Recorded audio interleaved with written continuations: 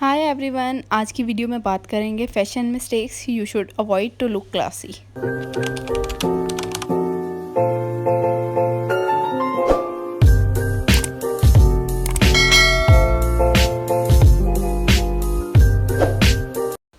सबसे पहली and common mistake is pairing wrong shoes. अक्सर हम लोग ये गलती कर लेते हैं, हमें नहीं पता होता कौन से ड्रेस के साथ कौन से शूज़ जाएंगे।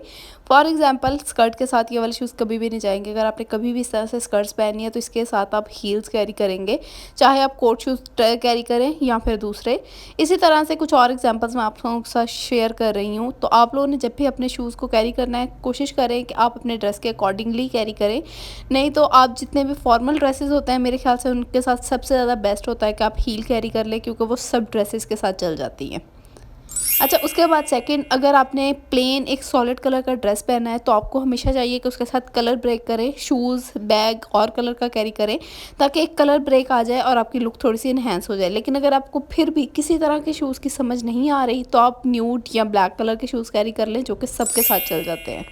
नेक्स्ट बारी आ जाती है ज्वेलरी सिलेक्शन की, जो कि बहुत ज़्यादा इंपॉर्टेंट है। 99% लोगों को नहीं पता कि किस तरह से आपने किस ज्वेलरी को कैरी करना है, कौन से इवेंट पे, कौन से ड्रेस के साथ, कौन से वेदर के अकॉर्डिंगली हमें क्या कैरी करना चाहिए। ये एक बहुत बहुत डिटेल टॉपिक है, लेकिन इसको हम लोग थोड़ा सा डिस्कस कर लेते हैं। आजकल बहुत ज़्यादा ट्रेंडी ज्वेलरी चली हुई है, आपको चाहिए कि इसी चीज़ को कैरी करें, इस ट्रेंड को लेकर चलें। आप लोगों ने कभी भी रॉन्ग ज्वेलरी की सिलेक्शन नहीं करनी। मतलब जिस तरह से आप लोगों ने या तो ओवर हैवी की तरफ भी नहीं जाना एंड ओवर मिनिमल की तरफ भी नहीं जाना आप लोगों ने। और अगर आपका जो ड्रेस है उसके अंदर गोल्ड का काम है तो आपने कभी भी सिल्वर ज्वेलरी का कोई भी पीस आपने साथ में नहीं पहनना। और अगर आप लोग कहीं फॉर्मली रेडी हो रहे हैं तो भी आपने इन चीज़ों का ध्यान रखना है कि आप लोग एक ही हाथ में बहुत सारी रिंग्स ना पहन लें या फिर बहुत ओवर हैवी झुमके ना हों। और अगर आप लोग किसी शादी वगैरह के इवेंट पे जा रहे हैं तो आप लोगों ने heavy necklace and heavy earrings दोनों इकट्ठे कैरी नहीं करने, क्योंकि ये सिर्फ ब्राइडल पे अच्छे लगते हैं। उसके अलावा अगर आप कहीं जा रहे हैं तो या तो आप नेकलेस को स्किप कर दें या फिर आप ईयरिंग्स को स्किप कर दें।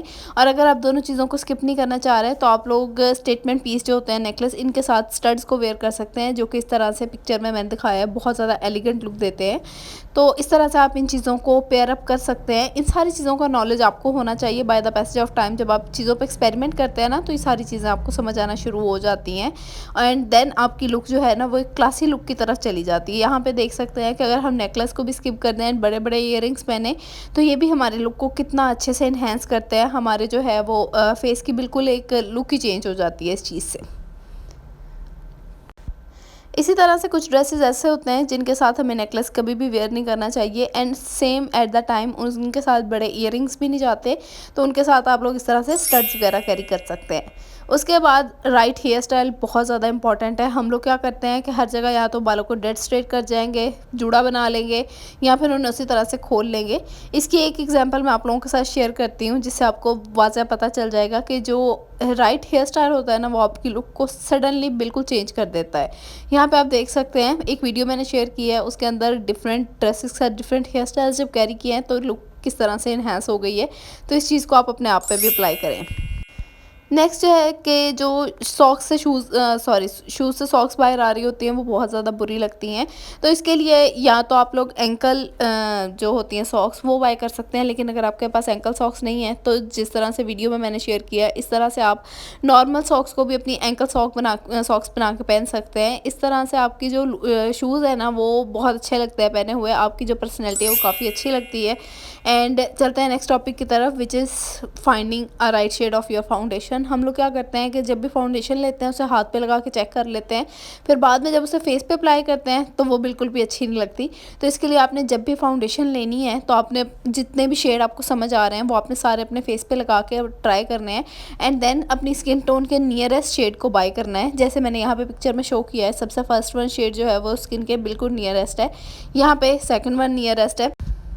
तो इसी तरह से आपने जो है वो फाउंडेशन बाय करनी है ताकि आपकी फाउंडेशन ठीक रहे। लेकिन आपको अगर ऑक्सीडाइजेशन का मसला है कि फाउंडेशन ऑक्सीडाइज होकर थोड़ी सी ब्लैक हो जाती है, तो भी आप उसको एक थोड़ा सा एक टोन लाइटर ले सकते हैं ताकि वो ज़्यादा ऑक्सीडाइज ना हो। अच्छा, उसके बाद आपको फॉर्मल एंड कैजुअल ज्वेलरी का फ़र्क पता होना चाहिए। चाहे जितनी मर्ज़ी लाइट हो, लेकिन जिस तरह से ये स्टोन्स टाइप वाली ज्वेलरी होती है ना, ये फॉर्मल ज्वेलरी होती है। और ये आपने कभी भी कैजुअल वेयर में या फिर इस तरह से नॉर्मली कहीं बाहर आते जाते वक़्त नहीं पहननी। इस तरह से जो ट्रेंडी ज्वेलरी होती है ना, ये बहुत अच्छी लगती है पहनी हुई। तो आपने कोशिश करनी है कि स्टोन्स वाली ज्वेलरी को ना पहने, इस ज्वेलरी को कैरी करें, क्योंकि बहुत एलिगेंट लुक देती है, आपकी इन्हेंस कर देती है लुक को एंड बहुत ज़्यादा मॉडर्न वाइब देती है। ऑन दी अदर हैंड जो स्टोन्स वाली ज्वेलरी होती है ना, वो आपके थोड़े से फॉर्मल इवेंट्स के लिए होती है, जैसे कोई पार्टीज़ वगैरह हों उसके लिए उसमें पहनी हुई अच्छी लगती है। लेकिन कैजुअल वेयर में आपने कभी भी इस ज्वेलरी को कैरी नहीं करना। अच्छा, नेक्स्ट बात कर लेते हैं राइट हैंडबैग की। हैंडबैग बहुत ज़्यादा मैटर करता है आपके ड्रेस के साथ। आप लोगों ने क्या करना है, मैं हमेशा कहती हूँ कि बहुत ज़्यादा हैंडबैग्स अगर आप नहीं बाय कर सकते ना, तो आप लोगों ने एक वाइट और एक ब्लैक बैग जो है वो बाय कर लेना है, जो कि मीडियम साइज़ के हों, ना बहुत बड़े ना बहुत छोटे, ताकि आपको बार बार लेने का मसला ना हो, बार बार चेंज करने का इशू भी ना आए। और हाँ, अगर आप चाहते हैं कि आपका बैग बहुत लंबे टाइम पे तक चले, तो आपने कोशिश करनी है कि जिसके अंदर ये इस तरह से गोल्ड या सिल्वर की चेन्स होती हैं, ये बाय ना करें, क्योंकि ये ब्लैक हो जाती हैं और बैग बहुत ब्लैक पुराना लगना शुरू हो जाता है। नेक्स्ट आपको पता होना चाहिए कि आपने इवेंट के अकॉर्डिंगली ड्रेस को सिलेक्ट करना है। इस तरह से जो हल्के फुल्के से ड्रेस होते हैं ना, इसे अक्सर लड़कियां जो होती हैं वो बिल्कुल लाइट ड्रेसेस समझ के कहीं भी कैरी कर लेती हैं, जो कि नहीं करना चाहिए। ये ड्रेसेस जो होते हैं ना, ये बहुत फॉर्मल वेयर के लिए होते हैं, बहुत फॉर्मल सी, जिस तरह से पार्टीज़ हैं या कुछ हल्का फुल्का सा इवेंट है, उसके लिए अच्छे लगते हैं। लेकिन अगर आप नॉर्मली अपने दोस्तों से मिलने जा रही हैं, तो आपने कोशिश करनी है कि इस तरह से ड्रेसेस पहने जो कि या वेदर के अकॉर्डिंगली हों, लॉन, खद्दर, धनक, इस तरह के जो कि हल्के फुल्के एम्ब्रॉयडर्ड हों, ताकि आप ओवर ना लगें वहाँ पे, ऐसे आपकी लुक जो है वो एलिगेंट एंड इन्हेंस लगे। तो इन चीज़ों पर फोकस किया करें। बाकी आप लोगों की डिज़ाइनिंग आपने अपनी बॉडी के अकॉर्डिंगली करनी है। लॉन्ग शर्ट, शॉर्ट शर्ट, ये चीज़ें आपकी बॉडी टाइप के अकॉर्डिंगली मैटर करती हैं कि आपने क्या सिलवाना है। अच्छा, फॉर्मल एंड सेमी फॉर्मल की तो बात कर ली, अब बारी आ जाती है कैजुअल ड्रेसेस की। तो आपने अपने कैजुअल ड्रेसेस को भी अलहदा रखना है। इस तरह से ये जो ड्रेसेस होते हैं ना, ये आ जाते हैं सेमी फॉर्मल में, फ्रेंड्स वगैरह के लिए। थोड़े से हैवी ड्रेसेस आ जाते हैं फॉर्मल के लिए।